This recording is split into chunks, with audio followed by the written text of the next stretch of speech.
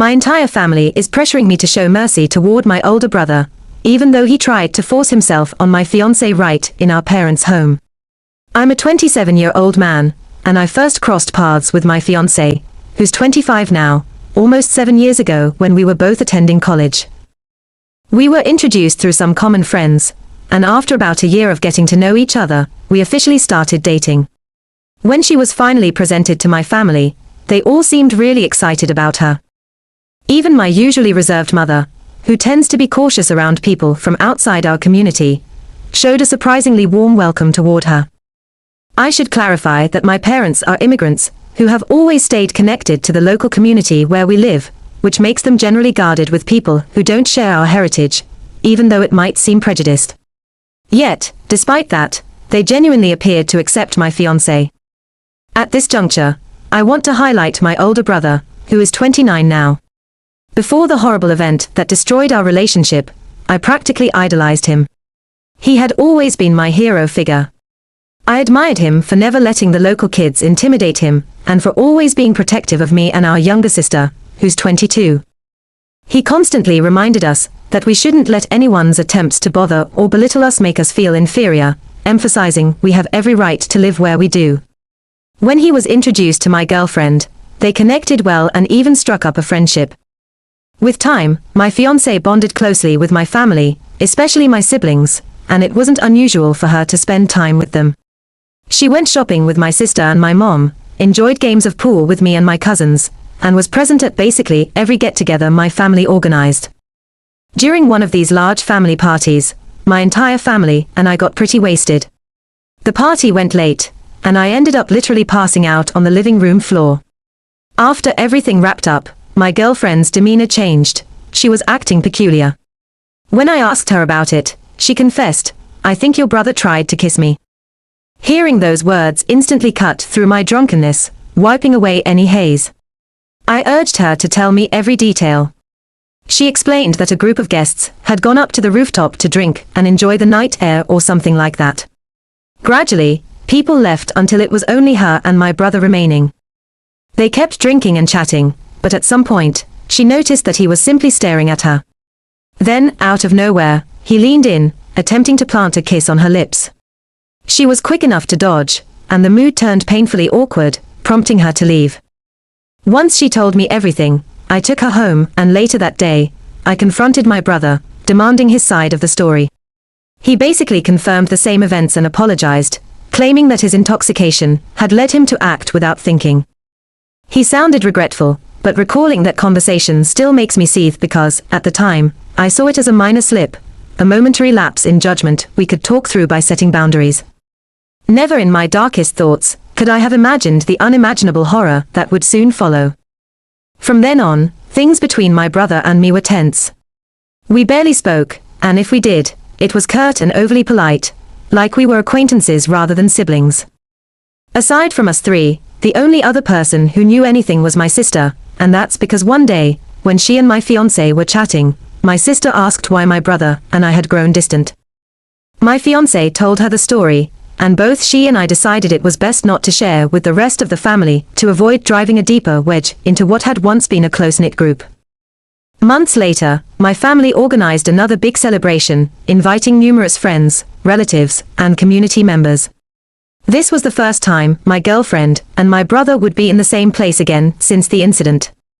By this point, I naively hoped that enough time had gone by for them to at least coexist, maybe even begin restoring some normalcy. At some moment during the party, I couldn't spot my girlfriend anymore. I searched for her everywhere, not finding a single sign. I assumed she might have been with my sister. Then, I felt a sudden nagging concern that led me to check the second floor of the house. As I ascended the stairs, I heard odd noises coming from one of the bedrooms. Upon opening the door, I saw my brother forcibly pushing my girlfriend onto the bed, clamping his hand over her mouth, and trying to move his hand up her dress while she fought back.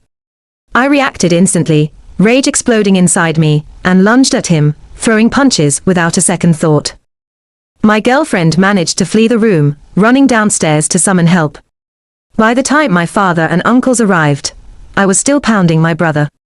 His face was covered in blood, and my own knuckles were drenched in it. My father physically had to tear me away from him, but I was furious beyond words, still shouting obscenities and attempting to strike again. Eventually, my dad successfully separated us and pulled me out of the room, while my uncle stayed behind to assess how badly hurt my brother was.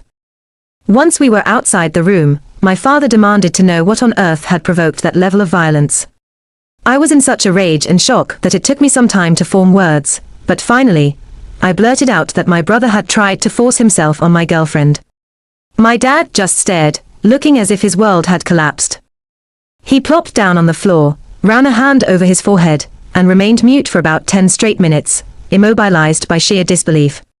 My uncles then called him back in, because they planned to take my brother to the hospital. I rushed off to find my girlfriend and discovered her downstairs, talking with my sister about what had just taken place. I quickly said goodbye to my sister, and took my fiancé home. The entire car ride, she wept. She was caught between fury, sorrow, and confusion. Once we arrived at our place, she continued sobbing until she was too exhausted to keep crying and fell asleep. She repeated this cycle for a few days, gradually calming enough to talk.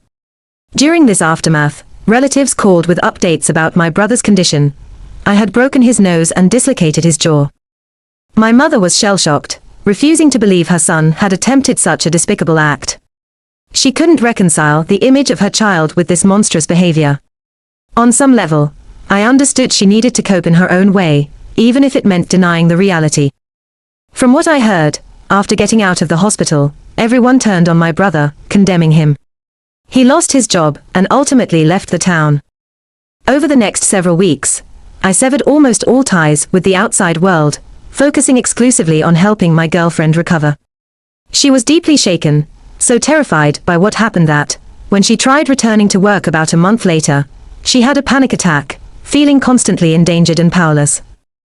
She rushed back home, convinced someone might try to harm her again. When she calmed down, I gently proposed that she seek professional counseling. She was hesitant at first, but eventually agreed, and it turned out to be the best decision for both of us. Once her therapy began, she showed significant improvement over the next 2 months. Her therapist recommended that I consider counseling myself, not only to fully grasp my fiancé's circumstances and be a supportive partner, but because I had practically closed off contact with everyone and was clearly holding in a storm of emotions. Initially, I thought it was a strange suggestion, yet I didn't question the professional's advice, plus, my fiancé wanted me to try. In my very first session, I realized how overwhelmed with fury I actually was. I was enraged not just at my brother, but at myself too. I couldn't stop blaming myself for not detecting my brother's predatory behavior beforehand, for failing to defend the woman I love when she needed me most, and for fearing that something just as horrifying could happen again, and I wouldn't be able to protect her. But session by session, both my fiancé and I saw noticeable emotional progress. We even started taking self-defense lessons together. A few weeks ago, feeling healthier and more hopeful, I proposed to her, and she happily accepted. Upon sharing our engagement news with my family, everyone seemed pleased, but my mother stayed unusually quiet. Then, when no one was watching, she asked if we could speak privately. That's when she dropped the bombshell. She admitted that she had been communicating with my brother since the early days of the pandemic. Apparently, he reached out to ask if she and my father were doing okay, if they needed help, and to express remorse for his conduct. My mother kept explaining his side, until she made a remark that nearly made me lose my composure. "I think it's time you let go and forgive your brother." The moment she said that, I left the room without another word, grabbed my car keys, and drove home. When I got back, I told my fiancé what my mother had told me, and she was as stunned and furious as I was. We couldn't wrap our heads around how my mom could say something like that. Soon after, I kept receiving congratulatory messages about my upcoming wedding, followed by inquiries on whether I had spoken to my brother, if we had resolved anything, or if we'd reconciled. I did everything in my power to shrug off these intrusive questions, but 4 days ago, I got a phone call from my mother.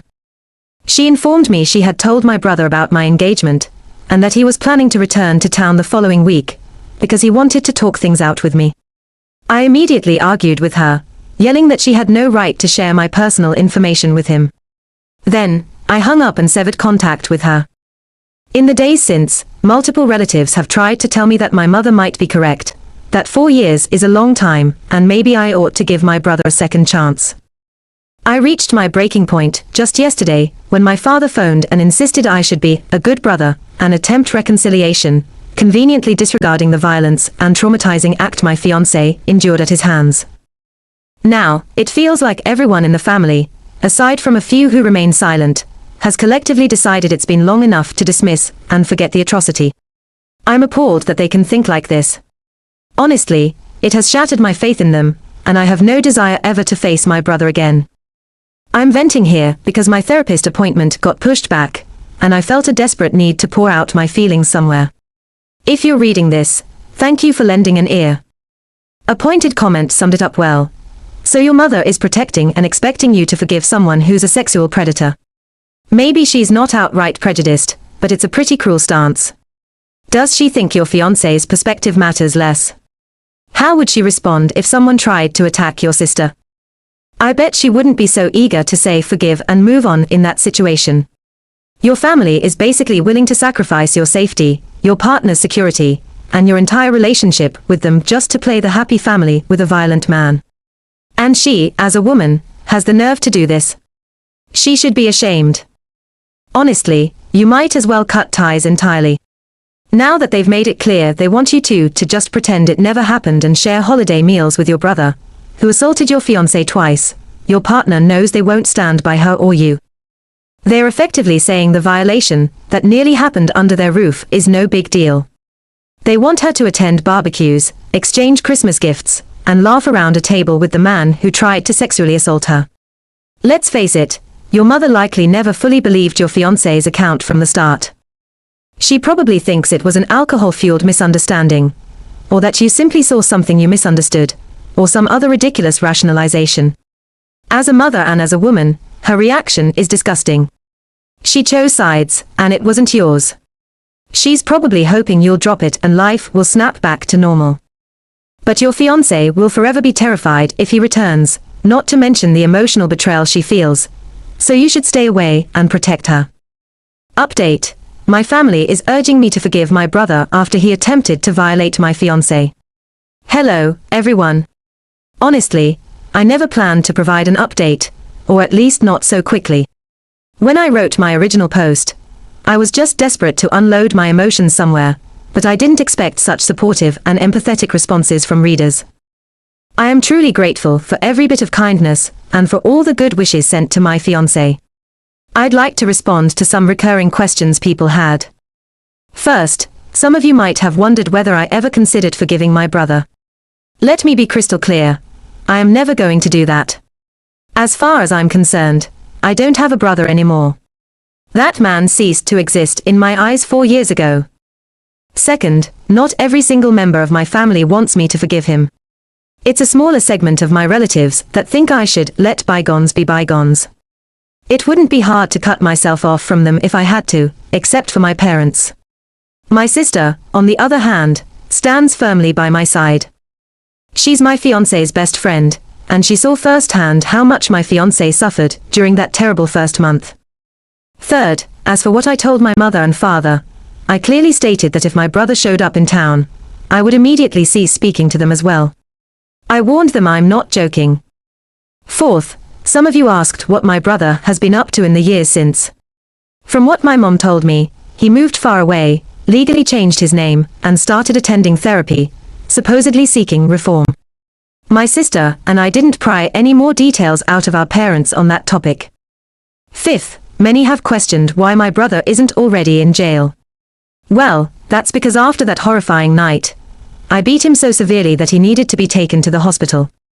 When I consulted a lawyer friend, she explained that pressing charges against him could lead him to file a counterclaim, which might have put me behind bars as well. On top of that, my fiancé was in no condition back then to handle a trial. Our priority was focusing on her well-being, so we settled for a restraining order to keep him away. Later, we got a protective order that covered me too, and I didn't share that with my parents. If my brother ever showed his face around here, the police would be alerted immediately. Some people speculated that my mother's stance might be rooted in the fact that my fiancé isn't part of our community. But that's not the real reason. I'm positive about that. Regardless, I can't excuse my mom's behavior in pressuring me to forgive a man who did something this appalling. Now, regarding what everyone was waiting for, how I handled my family once they started taking my brother's side. I had a carefully rehearsed speech for all those who urged forgiveness, and I was going to deliver an ultimatum to my parents: either stand by me and my sister, or stand by the man who tried to sexually assault my fiancé. Then, I read some comments on my post that made me consider an even more horrifying possibility. What if my brother had done this before? What if my parents had covered for him? This question turned my world upside down. The thought that he might have been a predator more than once, and possibly with my parents' knowledge, was sickening. I got so lost in thought that my fiancé immediately noticed something was bothering me. When I told her about these fears, she felt a chill run through her too.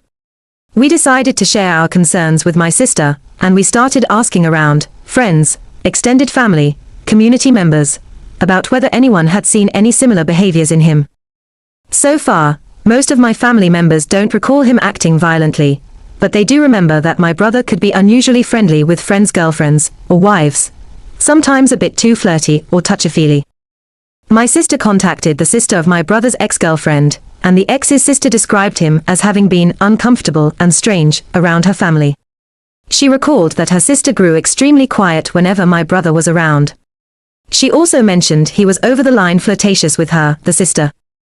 We tracked down one of his former co-workers, who recalled a night, after a company party, when my brother brought another female colleague home. That woman was quite drunk, and the next day, she couldn't remember a single thing about how she got home. All of this suggests a pattern. I feel sick realizing I never detected any of it. It's clear to me now my brother is a serious threat, and many women in his orbit may have suffered, possibly silently. Since yesterday, we've started collecting all potential evidence we can muster about his behavior. Our plan is to share this information on social media, within our community, with anyone who might have encountered my brother. I also intended to confront my parents with solid proof, giving them the ultimatum I originally prepared. Then I decided I would warn them that if there is evidence they knew of his past actions and kept it hidden, they'll have to bear serious consequences. I won't be updating again for a while, at least with nothing major, because I'll be tied up trying to ensure he faces justice for real this time.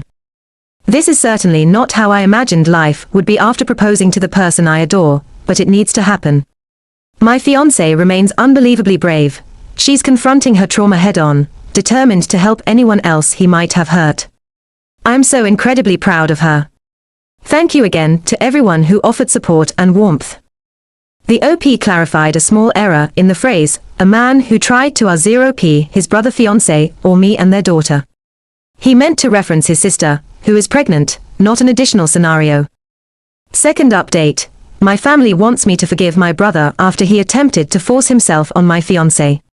Hello once more. I realize it's been a bit since my last update, but I wanted to wait until the situation reached a resolution. I'm extremely grateful for all the kind words and good vibes people have sent to me, my fiancé, and any of my brother's potential victims. Let me share what has happened since then. First, the aftermath remains complicated in some ways, but I'm relieved to say that my brother is finally facing legal consequences for his actions.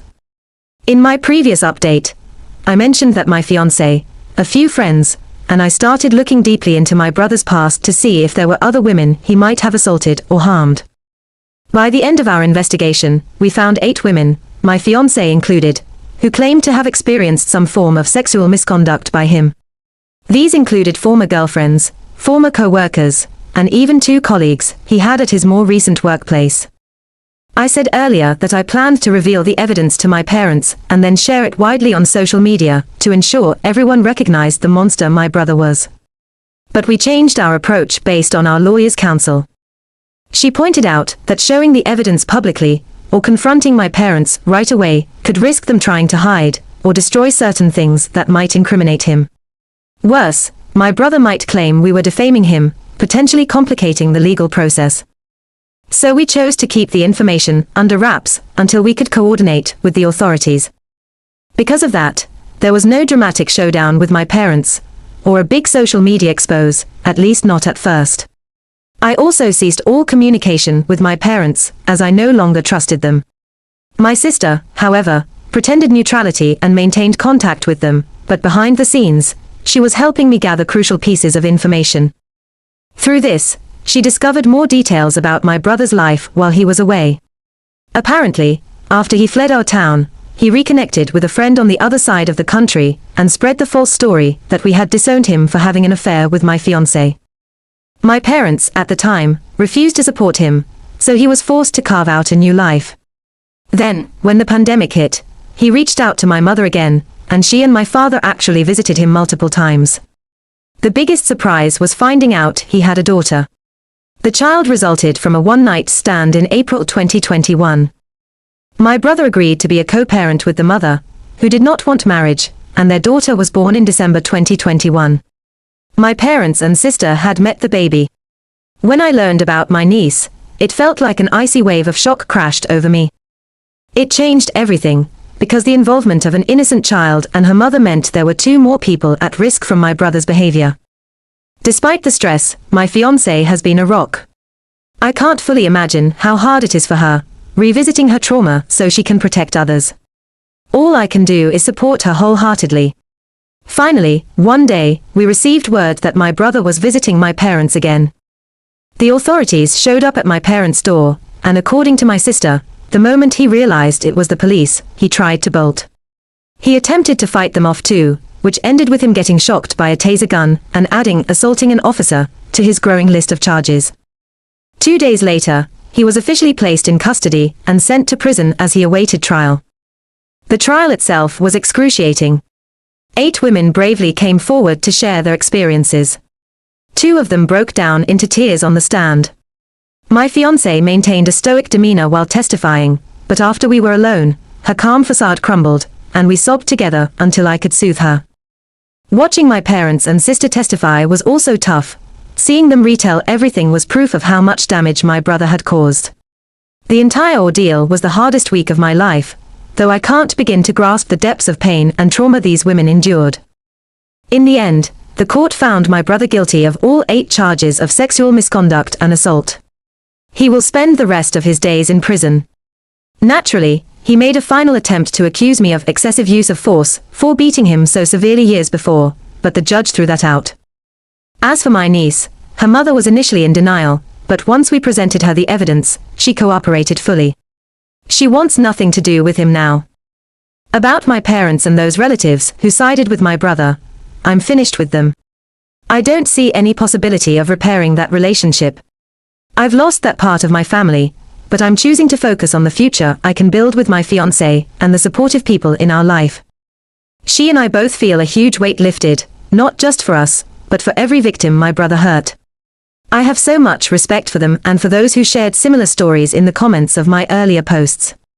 To any man or woman who has experienced the same kind of violence, I send you all my best wishes for healing.